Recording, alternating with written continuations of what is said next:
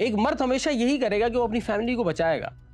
ان کے ذہن میں یہ بات آ گئی تھی کہ اس وقت میں جس مشکل میں آ چکا ہوں، سب سے پہلے مجھے اپنی بیوی اور اپنے بچوں کو بچانا ہے۔ مسلح افراد نے اشارہ کیا، علی جمیل نے گاڑی نہیں روکی اور ان سفاک قاتلوں نے اس گاڑی پر فائرنگ کر دی۔ اب آپ کو بتاؤں کہ گوگل میپ بھی کسی کی جان لے سکتا ہے، تو بالکل اس واقعے میں کچھ اسی طرح سے ہوا ہے۔ آپ اپنی فیملی کے ساتھ ایک دن گزارنے گئے اور آپ کے اوپر قیامت صغریٰ ٹوٹ جائے، یہ دن ان کے لیے قیامت سے بڑھ کر نہیں تھی۔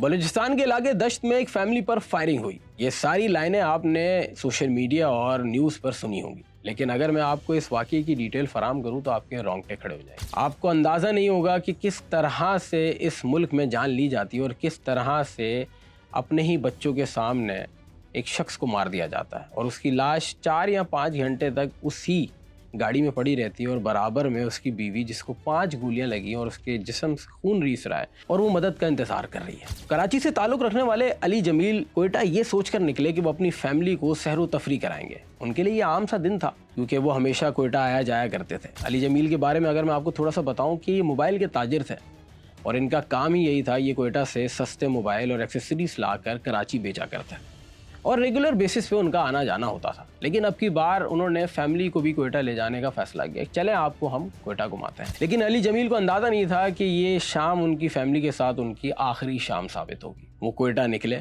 اپنی فیملی کے ساتھ دن بھر وہاں گھومتے رہے، مختلف ہوٹلز، مختلف مقامات پر وہ گئے۔ یہ ویڈیو اور فوٹیجز جو آپ میری اسکرین پہ دیکھ رہے ہیں، اسی طرح سے کنٹینیوسلی ان کی جانب سے اپلوڈنگ کی جا رہی تھی، کیونکہ وہ خوش تھے، کیونکہ ان کو اندازہ تھا کہ وہ اپنی فیملی کے ساتھ مختلف مقامات پر گھوم رہے ہیں اور ان کے لیے ایک سیر و تفریح کا دن تھا۔ لیکن ان کو معلوم نہیں تھا کہ ان کے ساتھ کیا ہونے جا رہا ہے۔ وقت گزرتا گیا، علی جمیل نے اپنا کام مکمل کیا، کوئٹہ میں وہ گھومے، اس کے بعد انہوں نے کراچی آنے کا فیصلہ کیا۔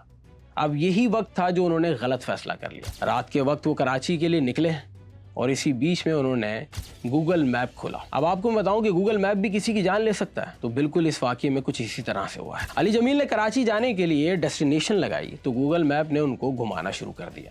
وہ مسلسل رات کی تاریکی میں جنگل بیابان میں گاڑی چلاتے رہے، اور اسی بیچ میں ان کو اندازہ ہی نہیں ہوا کہ وہ ایک ایسے علاقے میں پہنچ گئے جہاں پر مسلح افراد کی ایک بڑی تعداد آباد ہے، جہاں پہ ناکے لگائے جاتے ہیں، اور اگر آپ کا تعلق کراچی سے یا کسی بھی علاقے سے ہے تو وہ آپ کو نہیں چھوڑیں گے۔ اور ان کے ساتھ بھی بالکل ایسے ہی ہوا۔ علی جمیل مسلسل گاڑی چلا رہے تھے اور ان کی بیگم کنٹینیوسلی گوگل میپ چیک کر رہی تھی، اور کسی طرح سے کہ ان کو راستہ ملے اور وہ کراچی کی جانب چلے جائیں۔ اور اسی بیچ میں آپ کو بتاؤں کہ ان کی گاڑی میں 2 بچیاں بھی سوار تھیں جن کی عمر 5 سال سے 6 سال تھی۔ گوگل میپ میں راستہ تلاش کرتے کرتے علی جمیل اور ان کی فیملی کو معلوم ہی نہیں ہوا کہ وہ بلوچستان کے علاقے دشت میں پہنچ گئے۔ یہ ایک ایسا علاقہ ہے جو رات کے وقت تو آپ کو الگ ہی منظر پیش کرتا ہے۔ یہاں تو دن میں بھی آپ کو آبادی دیکھنے کو نہیں ملیں گی، جنگل، بیابان، پہاڑ ہر طرف، اور سوچیں رات کے وقت صرف ایک گاڑی سڑک پر چل رہی ہے اور وہ راستہ بھٹک گئے، اور اچانک سے ان کے سامنے کچھ مسلح افراد آ جائیں اور وہ روکنے کا اشارہ کریں۔ ایک مرد ہمیشہ یہی کرے گا کہ وہ اپنی فیملی کو بچائے گا۔ ان کے ذہن میں یہ بات آ گئی تھی کہ اس وقت میں جس مشکل میں آ چکا ہوں، سب سے پہلے مجھے اپنی بیوی اور اپنے بچوں کو بچانا ہے۔ مسلح افراد نے اشارہ کیا، علی جمیل نے گاڑی نہیں روکی اور ان سفاک قاتلوں نے اس گاڑی پر فائرنگ کر دی، اور گناہ یہ تھا کہ یہ گاڑی کراچی سے تھی، اس کی نمبر پلیٹ کراچی سندھ سے تھی، اور ان کا یہی گناہ تھا، اور اسی وجہ سے ان سفاک قاتلوں نے اندھا دھند اس گاڑی پہ فائرنگ کر دی۔ علی جمیل تو موقع پر ہی جاں بحق ہو گئے، اور ان کی جو اہلیہ تھی ان کو 6 گولیاں لگی۔ لیکن اتفاق کی بات یہ ہے، خوش نصیبی یہ ہے کہ بچیاں جو گاڑی میں بیٹھی تھیں وہ بچ گئیں، کیونکہ علی جمیل نے فائرنگ شروع ہونے سے چند منٹ قبل ہی ان سے کہا تھا کہ آپ لوگ جھک جائیں۔ اس شخص نے اپنی جان تو دے دی لیکن اپنے بچوں کی جان بچا گیا، اور اس کے بعد یہ سفاک قاتل اس گاڑی پہ فائرنگ کر کے جائے وقوع سے فرار ہو گئے، یہ سوچ کے کہ گاڑی میں سوار افراد سب کے سب لقمہ اجل بن گئے۔ لیکن ایسا نہیں تھا، قسمت کو کچھ اور ہی منظور تھا۔ علی جمیل کی اہلیہ نے ہمت دکھائی، 5 گولیاں لگنے کے بعد بھی وہ کنٹینیوسلی مدد کی تلاش میں رہیں، وہ کنٹینیوسلی کوشش کرتی رہی موبائل میں کہ کوئی ان کی مدد کو آ پہنچے۔ تقریباً 4 سے 5 گھنٹے گزرنے کے بعد جب یہ خاتون کے جسم میں خون ہی نہیں بچا تھا، اس کے بعد ریسکیو اہلکار وہاں پہنچے اور ان کو کوئٹہ کے ایک نجی اسپتال منتقل کیا گیا۔ لیکن علی جمیل تو اپنی جان سے جا چکے تھے، اور جب ریسکیو اہلکار نے ان کی حالت دیکھی تو بچے سہمے ہوئے تھے، ان کی اہلیہ ڈری ہوئی تھی، ان کے جسم میں 5 گولیاں تھیں اور مسلسل ان کے جسم سے خون نکل رہا تھا۔ تو آپ سوچیں کہ ایک فیملی جو گھومنے گئی ہے، جس نے کبھی سوچا بھی نہیں ہوگا، آپ اپنے گھر میں کہیں بھی گھوم سکتے ہیں نا، آپ کو تو ڈر ہی نہیں ہوگا۔ آپ اپنے ملک میں گھومنے گئے، آپ اپنی فیملی کے ساتھ ایک دن گزارنے گئے اور آپ کے اوپر قیامت صغریٰ ٹوٹ جائے، یہ دن ان کے لیے قیامت سے بڑھ کر نہیں تھا۔ وہ تصاویر جو سامنے آ رہی ہیں، جس طرح سے ان کی بیگم، ان کی اہلیہ نڈھال بیٹھی ہوئی ہیں، وہ عکاسی کرتا ہے کہ آپ اس ملک میں سیف نہیں ہیں۔ آپ کو معلوم ہی نہیں ہے کہ کس گلی میں اور کس سڑک پہ آپ کے زندگی کی شام ہو جائے، آپ کو پتہ ہی نہیں چلے گا کون مسلح افراد آپ کو کسی بھی وجہ سے مارتے ہیں۔ بلوچستان میں ایسے واقعات پہلی بار نہیں ہوا ہے، ایسے متعدد واقعات ہوئے ہیں۔ 2025 میں آپ سب کو یاد ہوگا کہ ایک واقعہ ہوا تھا جس میں قوالوں کی ایک بس پر فائرنگ کی گئی تھی۔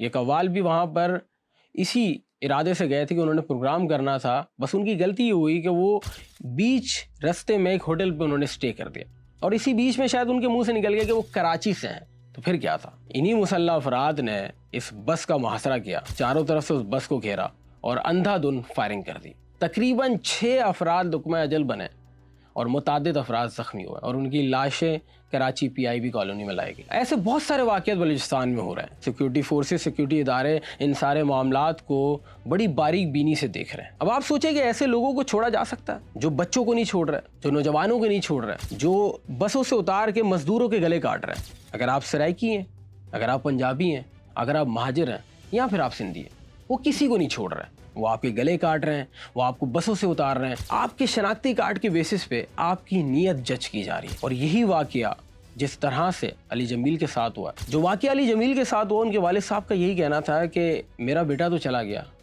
لیکن اب یہ آخری بچہ ہونا چاہیے، اب ایسی لاشیں اور نہیں دیکھیں ہم۔ اگر آپ اپنے ملک میں ہی فریلی نہیں گھوم سکتے تو پھر آپ کدھر جائیں گے؟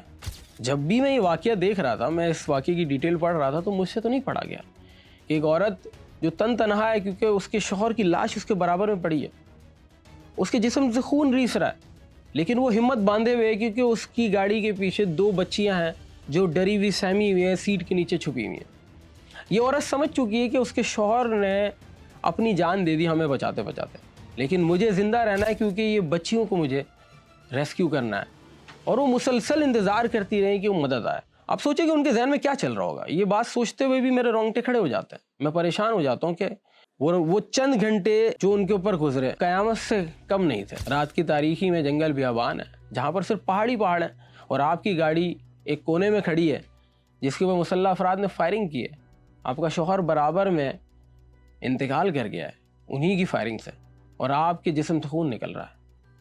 یہ جو میں الفاظ ادا کر رہا ہوں، میں اس وقت اتنا یہ سوچ کے پریشان ہو رہا ہوں، ان پہ گزری ہوگی وہ کیا سوچ رہے ہوں گے۔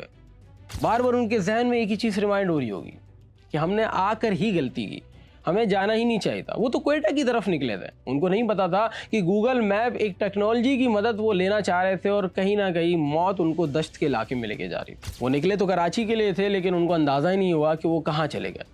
جب تک ان کو اندازہ ہوا، معاملہ ہاتھ سے جا چکا تھا، اور ان مسلح افراد نے ایک بار بھی نہیں سوچا کہ اس گاڑی میں 2 کمسن بچیاں ہیں، اس گاڑی میں ایک فیملی ہے جس کا کسی بھی معاملات سے کوئی تعلق نہیں ہے، لیکن انہوں نے یہ انتشار پھیلانے کی کوشش کی۔ ان مسلح افراد نے یہ بھی نہیں دیکھا کہ اس گاڑی میں 2 بچیاں ہیں، کمسن بچیاں۔